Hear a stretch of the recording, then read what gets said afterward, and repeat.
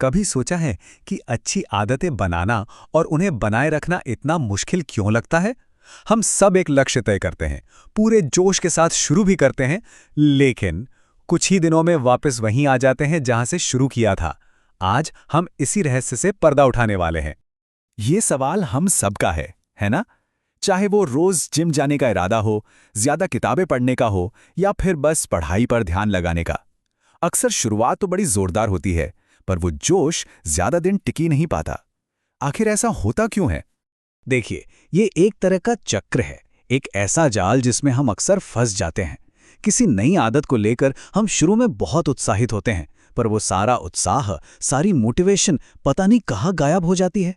आइए समझते हैं कि ये चक्र काम कैसे करता है और इससे बाहर कैसे निकलना है। और सच कहूं तो ये कोई पर्सनल फेलियर नहीं है, ये हम सबके साथ होता है। मोटिवेशन का वो शुरुआती बुलबुला अक्सर बहुत जल्दी फूट जाता है। तो इसके पीछे का साइंस क्या है? ठीक है, तो चलिए इस पहेली को सुलझाते हैं।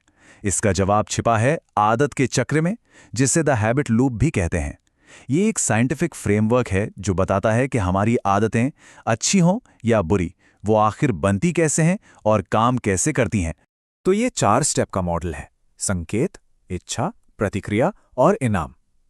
हमारी हर एक आदत इन्हीं 4 कदमों पर चलती है।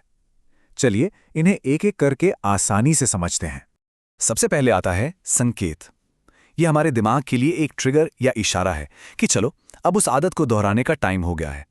जैसे सुबह बिस्तर से उठना ब्रश करने का संकेत हो सकता है, या फोन पर आया हुआ एक नोटिफिकेशन उसे तुरंत उठाने का।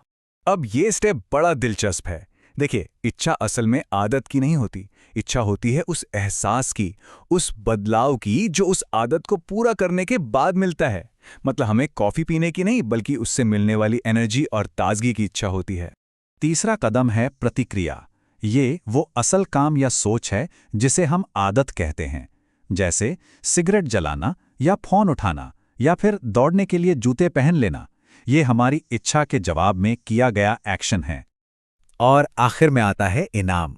ये इस पूरे चक्र का सबसे जरूरी हिस्सा है। जब इनाम मिलता है तो हमारे दिमाग को सिग्नल जाता है कि वाह, ये काम अच्छा था, इसे दोबारा करना है।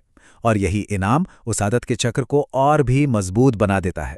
तो अब जब हम इस पूरे चक्र को समझ गए हैं, तो सवाल ये है कि हम इसका इस्तेमाल अपने फायदे के लिए कैसे कर सकते हैं।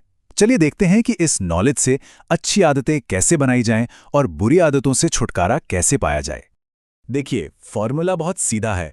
अगर कोई अच्छी आदत बनानी है तो उसके संकेत को बिल्कुल अपनी आंखों के सामने रखिए, एकदम साफ, और उस काम को करना जितना हो सके आसान बना दीजिए।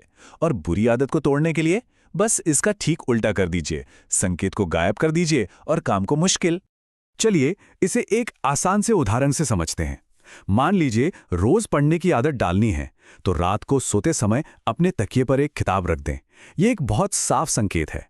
और अगर बार बार फोन देखने की बुरी आदत छोड़नी है, तो फोन को किसी दूसरे कमरे में बैग के अंदर रख दें। संकेत भी गायब और प्रतिक्रिया भी मुश्किल। लेकिन रुकिए, आदतें बनाना सिर्फ इन छोटे मोटे हैक्स के बारे में नहीं है। अगर सच में एक लंबा चलने वाला बदलाव लाना है, तो एक बहुत गहरा मानसिक बदलाव है जो असल में काम करता है। और ये हमारी पहचान, हमारी आइडेंटिटी से जुड़ा है।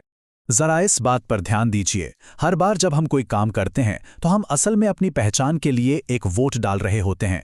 हम उस तरह का इंसान बनने के लिए सबूत इकट्ठा कर रहे होते हैं जैसा हम बनना चाहते हैं। इसका मतलब ये हुआ कि लक्ष्य सिर्फ एक किताब खत्म करना नहीं है, बल्कि एक रीडर बनना है। लक्ष्य सिर्फ वजन कम करना नहीं, बल्कि एक स्वस्थ व्यक्ति बनना है। हमारा हर छोटा कदम हमारी उस नई पहचान को और भी पक्का करता जाता है। तो सोच को नियमित रहने से बदलकर एक पहचान बनाने पर लाना है। ये नहीं सोचना कि मुझे लगातार कसरत करनी है, बल्कि ये सोचना है कि मुझे एक स्वस्थ इंसान बनना है। देखने में ये छोटा सा बदलाव है, पर सोच पर इसका बहुत बड़ा असर पड़ता है। तो ये सारी जानकारी अब हमारे सामने है। आदत का चक्र, उसे बदलने के तरीके और पहचान से जुड़ा ये गहरा विचार। अब सवाल ये उठता है कि इसका आगे क्या किया जाए। तो इस विश्लेषण के आखिर में बस एक सवाल बचता है। आज जो हम एक छोटा सा काम करेंगे, वो हमारी कौन सी पहचान को मजबूत करेगा? हमारा अगला वोट किसके लिए होगा?